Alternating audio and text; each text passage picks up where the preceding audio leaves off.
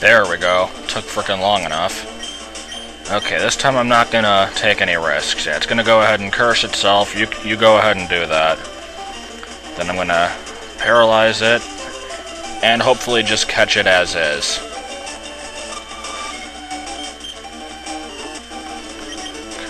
Let's hope for the best here. Alright. This is my last team member. And I have the name already picked out. You are going to be called Peeves. I had to specifically find a male one. That was kind of the hard part. And I already know a move that you're going to learn as well. You are getting Thunderbolt, because I don't have any electric moves on my team, and you are the only one who can learn it. So, in the next segment, or possibly off-screen, I'll be fighting stuff to try and get Peeves up to scratch with the rest of the team, and then I will continue ascending the tower. Some amount of training later. We have reached level 32. And learning Will-O-Wisp. I'm gonna get rid of Spite, I guess. Curse is a rather suicidal move, but I might find a use for that. Spite, however, I don't see myself ever wanting to use that, because PP stalling stuff is not really a viable strategy in-game. So anyway, I did catch all the wild Pokemon, such as Ghastly, and Haunter, and Duskull, and Mischievous. I haven't found a Cubone yet. Come on, let me get away. Peeves has got kind of a speed problem, much like another half of my team. I didn't plan it that way. I don't really know how it happened. Hopefully it'll be somewhat rectified when it evolves. Hello there, Vampire Trainer. And Angelica. It has Angel in it, similar to the one named Hope. These are, like, purposely ironic names, I think. So anyway, sadly I don't have a real ghost move on this, since Nightshade is fixed damage. Thunderbolt is doing pretty good against stuff, but it would be nice to be able to actually, like, get super effective moves on the other ghosts. I'll stay in for the experience, I guess. Probably shouldn't have, because then that's gonna happen. And I gotta spend as little time as possible on that switching screen, because, like, so many of my videos have the party screen as... oh god, a Gengar. As all three of the thumbnails, or at least one of them. And it's a very consistent problem that's been pissing me off a lot. Because I can't accurately show what's going on in a segment if I don't have good thumbnails to work with. It's gotta just be bad luck. Speaking of bad luck, I tried the Hidden Power TM on Peeves, and guess what type it gets? Electric. That's irony at its finest, except I'm not sure if it's actually irony. According to Bender, irony is the use of words in a way other than their literal intention, but people usually mean it as, like, coincidental, and it's hard to, like... oh god, this is a bad, like, level difference here. Let's just go for a flamethrower. But yeah, damn it, Pursuit! For the love of crap. Whatever, people use irony wrong. That's my point. And I use it wrong too sometimes, but not as often as other people. Because they're like, hey, I found a pickle today, and I also found one yesterday. That's so ironic. Like, I don't know. Better go back and heal. Okay, seeing as how one trainer had a Gengar and one had a Dusclops, I'm guessing this one's gonna have a Bayonet. Yep. That's what you're gonna be soon, Peeves. An annoying doll thing. Or actually, it's not annoying, it's just creepy looking. And there I am spending too much time on the menu again. It's really hard to break out of that habit. I didn't mention it already, but if you aren't already aware, Peeves is a poltergeist from the Harry Potter books. He never showed up in the movies. And it doesn't really fit a possessed doll, but it was the best name I could think of. And now it's time for some Marowak action. Up. Here comes the ghost. I wonder what it is, even though I already said it was going to be a Marowak. Yeah, you thought I was gonna do the timing joke again, didn't you? But I... Timing! Wasn't. Or maybe I was.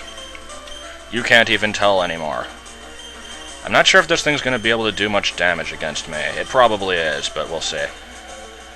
Yeah, it certainly is. And you can't catch this thing from what I remember, so don't need to waste any time with that.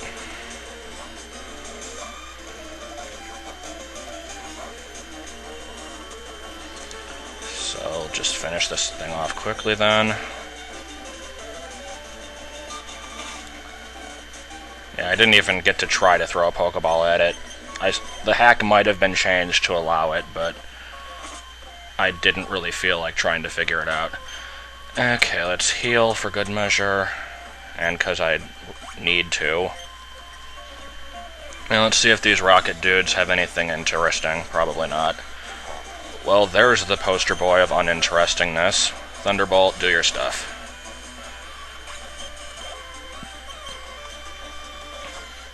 I'm not sure what the growth rate of a Shuppet is. I don't ever look that kind of stuff up. Hopefully it's not going to be too slow, because I need to catch up, and that was not nice. What do we do to Golbats? We Ice Beam them. Yesterday I took a Sporkle quiz about Pokemon moves with a power of 100 or higher, and Dream Eater was one of them. I never realized that it was that strong. But since Dream Eater takes a turn to set up, it's usually not worth the trouble to use it. Okay, Coughing, you are awesome. Let's see how much Nightshade does against it. I think it just does a solid 33 damage, like Seismic Toss, it does whatever your level is. Cacturn. That is what I wanted to use, until people wanted me to use Sunflora. And I think I'm better off anyway. Sunflora doesn't have the greatest of move pools, in fact it has one of the worst. But Cacturns isn't that excellent either, I don't think. I don't know, I kind of wanted it because I wanted to have Hoenn Pokemon represented well enough on my team. So that's why I'm going with a Shuppet instead of, say, like a Mischievous or a Ghastly. And Duskull, I could have gone with that, but Shuppet is less seen, pretty much, because it's not as good. Sorry, but you're not. And yet it's the one that didn't get an evolution. Fate is a cruel mistress. Or at least, Satoshi Tajiri, or however you pronounce that. He is a cruel mistress. And according to very reliable sources, he was raped by a Flareon. And that's why Flareon has such horrible stats. Or, no, it doesn't have horrible stats, it just has a horrible move pool. It can't learn for anything. And, like, same with Entei, really. Then, of course, there's the theory that the legendary dogs are the... or, not dogs, the beasts. I still sometimes call them dogs, but they're really not. That they're, like, reincarnations of the evolution, so that would explain why Entei has the same problem. Why did I not use Brick Break? I'm not paying attention. Why Entei has the same high attack, yet nothing to use it with problem that Flareon does. So anyway, gonna get me a Poke Flute now. And I still never found that Cubone, as I already said. Don't really want to do anything else, and I think I've got some time left, so I will bore everybody by putting away the Pokemon. No, I'll save you the torture. I'm not going to do that. I'll do that off screen. So, next time, actually, this in the comments, vote what you want me to do. Should I go down the, like, Sea Break path? Should I go down Cycling Road? Or should I check out Silphco? I'm not even sure if I can get into Silphco yet. Let's check. Because this is the point of the game where you can pretty much do whatever you want. Is it blocked? No, it is not, so okay. Yeah, vote on those three things.